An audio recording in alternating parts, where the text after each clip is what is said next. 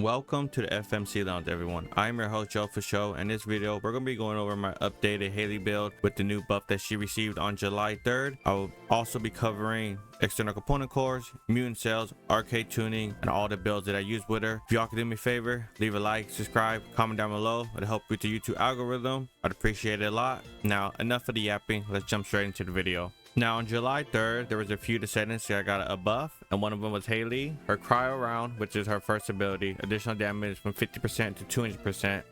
Zenith, the firearm attack increased 50% to 200%, which is her fourth ability. One of her Transcendent mod, the super cool, how you pronounce that, round module, it increased the firearm from 25% to 150%. This mod completely changes the Zenith ability, where it basically you do like more weak point damage, whatever. Her other Transcendent mod, cryogenic cluster shot module, which is changes the first ability to cryogenic cluster shot. It does additional damage 25% to 100, explosive damage 178 to 257. So for our first build, it's going to revolve around cryogenic cluster shot. This is our mobbing build. Now technically you don't need a Transcendent mod. I just have it on, just do a little bit tiny bit more damage.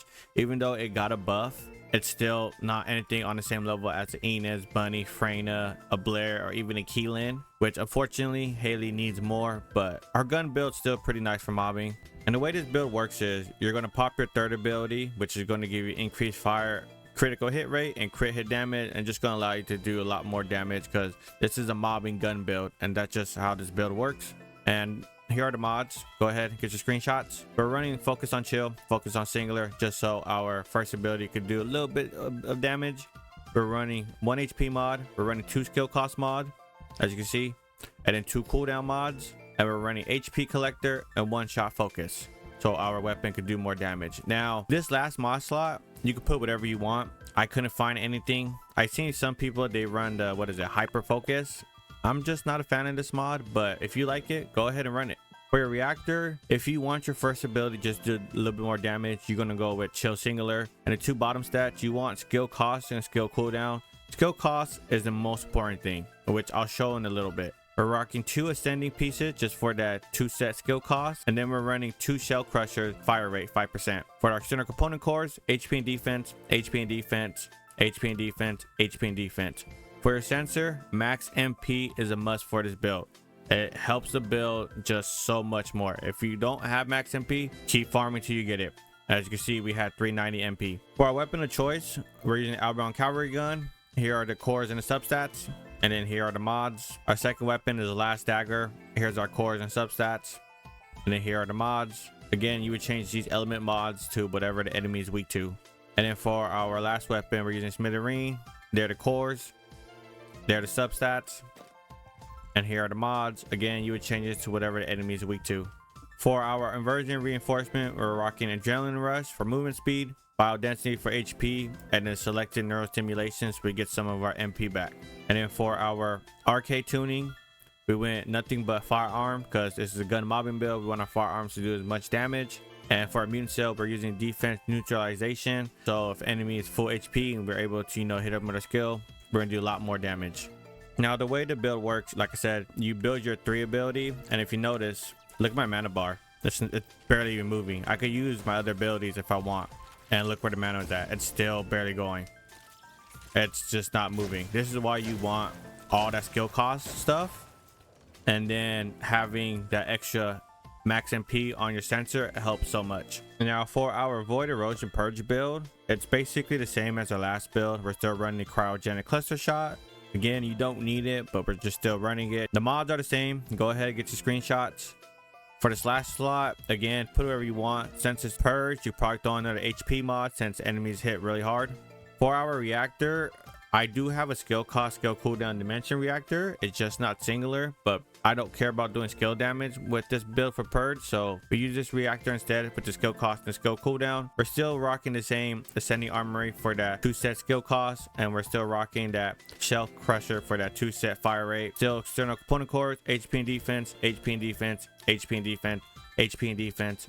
And make sure again you have max MP on your sensor. For our weapon, we're using the last dagger. It's the same as before. Here's the cores and the substats. You make sure you want to chill because the enemies are weak to chill in wave 10. And then here are the mods. We also use Malevolent. I don't use it. I know the gun is really good. I just don't own the battle pass, so I don't have the unique ability 4 out of 4, which is why I have it into Toxic instead. But for Purge, you would use this gun. Make sure your unique ability is 4 out of 4, and you would change the 2 Toxic attack I have on it, change them both to chill. But there are the core and substats, and then here are the mods. And then for our last weapon, here are the cores. There's the substats. Remember, I run fire and attack because I use this weapon for a Serena Ice Maiden. You don't need it. And then here are the cores. You would change this to obviously chill one because this is what the enemies are weak to in Void, Erosion, Purge. For our inversion reinforcement, we're not rocking Adrenaline Rush. We changed it to Chill Focus Round because enemies are weak to chill. We're still rocking Selected Nerve Stimulation to get some MP back, and then Bio Density to get some HP. And then for our arcade tuning, it's the same as before. Nothing changes. The mutant cell still defensive neutralization. So for our next build, it's going to be our bossing build, which is really good against all the hard mode bosses. It's good against some Void Abyss boss, except for Ice Maiden at the moment, just because she's chill resistance, you know, chill damage. It just makes no sense using it. Here are the mods. Go ahead, get your screenshots. Now this mod did get a buff. I just don't like to use it because you have to consistently hit the weak point over and over with every shot. I got bad aim. If you can tell by my recent Valby video, you'll notice I have bad aim, so I don't use this mod. But for the mods, we're running 2 HP mods. We're rocking 4 crit hit damage mods. Now I know you don't need 4. You could take one, either I think it's emergency measure or skill insight. You can take one of them off and still get 100% crit hit rate. So the reason why we run 4 is because some of these bosses had crit hit resistance, especially the Void Abyss bosses. So that's why we're running 4 crit hit damage mods. We're running Chill Specialist and Glacial Synctium, and we're running MP Conversion for some skill cooldown, just in case somehow the boss doesn't die. And then Dangerous Ambush, and cooldown is really not an issue. It's at 19 seconds. It's at 30. You could get it a lot lower, but how hard she hit, everything dies in just a couple seconds. For our reactor, we are using a frozen and singular reactor because our second and our fourth abilities are singular. For the 2 stats at the bottom, you want skill critical hit damage and additional skill attack attacking Colossus. Both of those 2 will give you the most damage possible with your ability. For our components, we're rocking the 4-piece layer set just so we get that 26 extra skill power. And then for our external component cores, HP and defense, HP and defense, HP and defense, HP and defense. For our weapon of choice, all you need is a perforator. You don't need any of these because the boss dies instantly. And the reason why we're running perforator over a sniper is because of one mod, and it's this payout mod. When you hit the firearm, you're not going to consume ammo, which is going to allow us to fire more extra shots. You just mod. You can't get this on a sniper mod. This is why we use perforator. Now here are the stats. I don't have no cores on because the cores don't transfer to the 4th ability like these stats do. All these stats you see on screen right now, they transfer over to the 4th ability, but the weapon cores don't. Well, this is why I have no weapon cores on it. And then here are the mods. One thing is very important about this gun: the rounds per magazine, you need a 12%. When you're trying to roll for this gun, the first thing you want to roll for is a 12%. Don't worry about anything else. Get to 12% first. That 12% actually gives you 1 extra bullet in your 4th ability sniper compared to anything else. If it's not 12%, you're not getting that extra bullet. You're only going to get 7 shots instead of 8. Only 12% will give you 8 shots in your 4th ability. Same as always. Here are the cores and substats. Here are the mods. Again, you would change this to whatever the boss is weak to. Here's a smithereen. There are the cores. There are the substats. Here are the mods. You would change this, the element mods, to whatever the boss is weak to.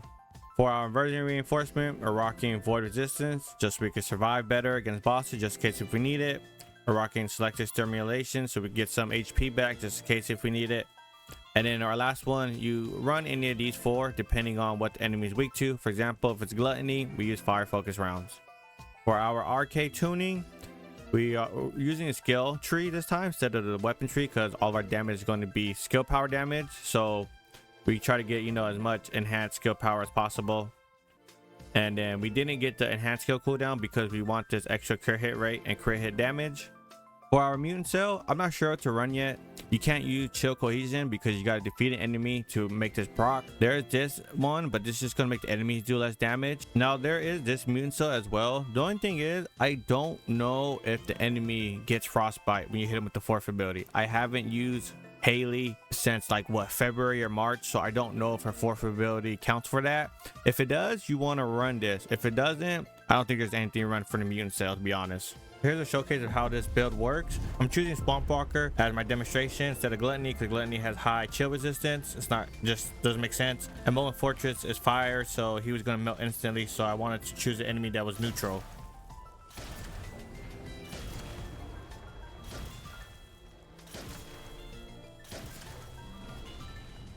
For our next build, it's going to be another bossing build, and this is going to revolve around our gun. It's going to be our main weapon of damage, not our fourth ability, not skill power. Here are the mods. Go ahead and get your screenshot. We're running 1 HP mod, 2 cooldown mods, 1 shot focus, our weapons do more damage, 2 skill cost mods, additional recharge, and walk a tightrope. Now, technically, you don't need strong mentality and maximum aggravation. You could take these 2 mods off. I just have them on just to have them, but you really don't need to. As long as you have these 2 cooldowns and then these 2 mods, you'll be fine. You don't need anything else. For these extra mod slots, you put whatever you want on, doesn't matter. I'll show you how the build, all this works. Now, for the setup of how this build works, so as soon as you spawn in the boss room, you're going to proc your third ability, cancel it, proc it again, but this time keep it on. And right when a boss spawns and his mutant phase go away, you're going to use your first ability, which is going to put you under half health, and that's going to proc the rocket type rope. That's how you do the most damage you can with this build. Now, most of these hard mode bosses, they drop instantly, so you probably only need to, as soon as you spawn in, literally activate your third ability 1 time, and that's it. For our reactor, it doesn't matter what element it is. All that matters is for the substats at the bottom, you make sure one of them is at least gold skill cooldown. You want as much skill cooldown possible so you can spam your ability to activate the conditional recharge, which will proc the walker type rope mod. For our components, you really only need the shell crusher for that 5% fire rate. For these extra component slots up here, I don't know what to put here. I just threw these 2 on because it's going to give me more HP, but if you can find something better, go ahead, throw them on. For our external component cores, HP and defense, HP and defense, HP and defense, HP and defense. For our weapon of choice, all you need is the gray. You don't need anything else. I'll have gameplay after I go through everything so you can see why you only need gray and nothing else. Here are the cores and the substats. Here are the mods.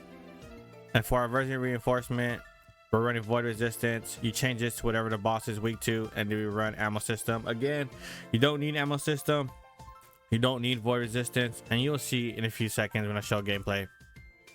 For the arcade tuning, this is what we're using. It's kind of the same as the gun mobbing. The only thing that changes is we mainly went up this route so we get this extra damage against bosses, and for our mutant cell, we are running defense neutralization.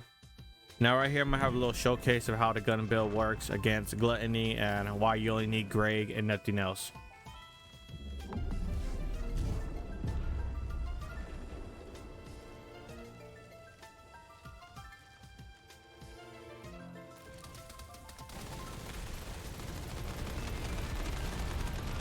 If you need a reactor, there'll be a pin comment down below showing you a good reactor farm for our YouTube short. Well, that's gonna be it for the video. Hopefully this guide will help you decide on if you want to make Hailey or what builds to use. On that note, I'll catch you guys in the next video.